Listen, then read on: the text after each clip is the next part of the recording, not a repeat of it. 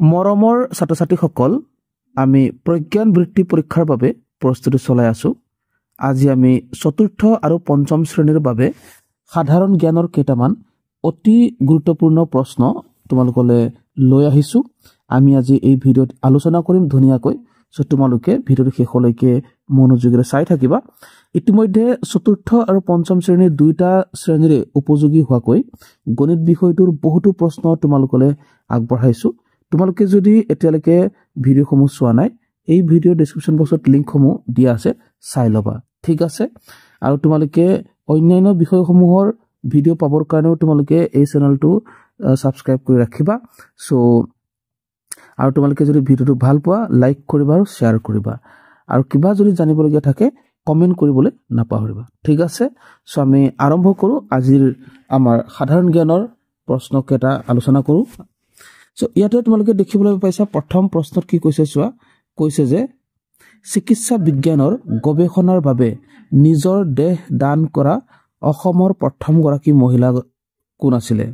বহুত ইম্পৰ্টেণ্ট প্ৰশ্ন যে চিকিৎসা বিজ্ঞানৰ গৱেষণাৰ বাবে নিজৰ দেহ দান কৰিছিলে আৰু এয়া প্ৰথম অসমীয়া কোন আছিলে সুধিছে।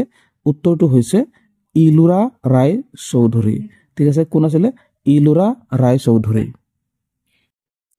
তাৰপিছতে দেখিবলৈ পাইছা ইয়াত কৈছে দিছপুৰত অসমৰ ৰাজধানী হোৱাৰ আগতে অসমৰ ৰাজধানী ক'ত আছিল? ঠিক আছে, অৰ্থাৎ বৰ্তমান অসমৰ ৰাজধানী কি তোমালোকে জানাই, বৰ্তমান অসমৰ ৰাজধানী হৈছে দিছপুৰ। কিন্তু দিছপুৰ হোৱাৰ আগতে অসমৰ ৰাজধানীনো কি আছিলে? অসমৰ ৰাজধানী আছিলে শ্বিলং, ঠিক আছে, তোমালোকে মনত ৰাখিবা। সো নেক্সট আহিছো, ইয়াতে কৈছে যে তলৰ কোনখন চহৰ ব্ৰহ্মপুত্ৰ উপত্যকাৰ নহয়? ঠিক আছে, তেজপুৰ, ডিব্ৰুগড়, মানকাছাৰ, শিলচৰ। ইয়াৰে শুদ্ধ উত্তৰটো হৈছে শিলচৰ। শিলচৰ ব্ৰহ্মপুত্ৰ উপত্যকাৰ নহয়। তেতিয়াহ'লে শিলচৰ ক'ৰ হয়? শিলচৰ বৰাক উপত্যকাৰ হয়, ঠিক আছে। সো নেক্সট তোমালোকে দেখিবলৈ পাইছা, নেক্সট আছে 2023-24 বৰ্ষটোত ভাৰতীয় ক্ৰিকেট দলৰ সাজ পোছাকত তলৰ কোনটো নাম দেখা যায়? ঠিক আছে, ইয়াতে ভাৰতীয় ক্ৰিকেট দলৰ সাজ পোছাকৰ কথা কৈছে, অৰ্থাৎ তোমালোকে সাধাৰণ জ্ঞানৰ কাৰণে ক্ৰিকেট খেলো চাব লাগিব, এইটো তোমালোকে এতিয়া গম পাইছা, কাৰণ ক্ৰিকেটৰ প্ৰশ্ন আহিছে ইয়াত।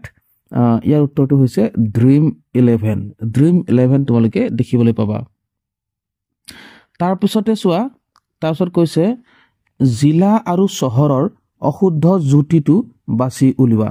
ঠিক আছে, ইয়াত বঙাইগাঁও আৰু যোগীঘোপা, ঠিক আছে, আৰু কাছাৰ আৰু মানকাছাৰ, শিৱসাগৰ আৰু শিমলুগুৰি, ধেমাজি আৰু মুৰকংচেলেক, এইকেইটাৰ কোনটো অমিল? এইটো আমাক মানে কোনটো যুটি অশুদ্ধ আচলতে, ঠিক আছে, বা অমিল, এইটো বিচাৰিবলৈ কৈছে। ইয়াৰ উত্তৰটো হৈছে কাছাৰ মানকাছাৰ, এইটো অশুদ্ধ যুটি, বাকীকেইটা ঠিকেই আছে, ঠিক আছে। তাৰপিছত নেক্সট যদি চাওঁ, নেক্সট আহিলে ইয়াত কৈছে জ্ঞানপীঠ বঁটা প্ৰাপক প্ৰথমগৰাকী অসমীয়া, ঠিক আছে, বহুত ইম্পৰ্টেণ্ট প্ৰশ্ন। ইয়াৰ উত্তৰটো হৈছে বীৰেন্দ্ৰ কুমাৰ ভট্টাচাৰ্য। বীৰেন্দ্ৰ কুমাৰ ভট্টাচাৰ্য হৈছে প্ৰথমগৰাকী অসমীয়া যি জ্ঞানপীঠ বঁটা পাইছিলে, ঠিক আছে। নেক্সট আহিলে বিশ্বৰ বৃহত্তম সাগৰখনৰ নাম কি? ইয়াত কৈছে বিশ্বৰ কথা কৈছে, ঠিক আছে। বিশ্বৰ বৃহত্তম অৰ্থাৎ আটাইতকৈ ডাঙৰ সাগৰখন হৈছে দক্ষিণ চীন সাগৰ। দক্ষিণ চীন সাগৰ মনত ৰাখিবা, ঠিক আছে। সো নেক্সট আহিলে, নেক্সট ইয়াতে কৈছে যে সংখ্যা লিখোতে ব্যৱহাৰ কৰা স্থানীয় মানৰ ধাৰণাটো কোনজন ভাৰতীয় গণিতজ্ঞই প্ৰথমে ব্যৱহাৰ কৰিছিল? ঠিক আছে, ইয়াৰ উত্তৰটো হৈছে আৰ্যভট্ট, ঠিক আছে। নেক্সট আহিলে দক্ষিণ পশ্চিম মৌচুমী বতাহৰ বাবে অসমত প্ৰচুৰ বৰষুণ হয়। কোনটো সময়ত, তাৰমানে কোনটো সময়ত অসমত দক্ষিণ পশ্চিম মৌচুমী বতাহৰ বাবে প্ৰচুৰ বৰষুণ হয়? ইয়াৰ উত্তৰটো হৈছে গ্ৰীষ্মকালত, ঠিক আছে। নেক্সট কৈছে যে ভূতা তৰাটো প্ৰকৃততে কি হয়? ভূতা তৰা হৈছে শুক্ৰ গ্ৰহ, ঠিক আছে। শুক্ৰ গ্ৰহক ভূতা তৰা বুলি কোৱা হয় মনত ৰাখিবা আৰু শুক্ৰ গ্ৰহক পৃথিৱীৰ পৰা দেখা যায় সো নেক্সট আহিলে অসমৰ আৰবী কলেজ ক'ত আছে অসমৰ আৰবী কলেজ ক'ত অৱস্থিত ইয়াৰ উত্তৰটো হৈছে ৰঙিয়াত অসমত আৰবী কলেজ আছে সো নেক্সট আহিলে পৃথিৱীৰ প্ৰথম মহিলা প্ৰধানমন্ত্ৰী ঠিক আছে পৃথিৱীৰ কথা কৈছে পৃথিৱীৰ প্ৰথম মহিলা প্ৰধানমন্ত্ৰী হ'ল শ্ৰীমাভু বন্দৰনায়ক হৈছে পৃথিৱীৰ প্ৰথম মহিলা প্ৰধানমন্ত্ৰী ঠিক আছে তাৰপিছত আহিলে কি ভীষ্মক ৰজাৰ জীয়েকৰ নাম কি আছিলে ভীষ্মক ৰজাৰ জীয়েকৰ নাম আছিলে ৰুক্মিণী ঠিক আছে শ্ৰীকৃষ্ণৰ ভাৰ্যা ৰুক্মিণী আছিলে নেক্সট আহিলে উমানন্দ মন্দিৰ নিৰ্মাণ কৰোৱা ৰজাগৰাকী কোন আছিলে ঠিক আছে ইয়াত উমানন্দ মন্দিৰ কোনে নিৰ্মাণ কৰাইছিল সুধিছে উত্তৰটো হৈছে গদাধৰ সিংহ ঠিক আছে গদাধৰ সিংহ যাক আমি গদাপাণি বুলিও জানো বা ৰুদ্ৰ সিংহৰ পিতৃ হয় ঠিক আছে তাৰপিছত আহিলে ভাৰতবৰ্ষৰ প্ৰথম ৰাষ্ট্ৰপতি গৰাকীৰ নাম কি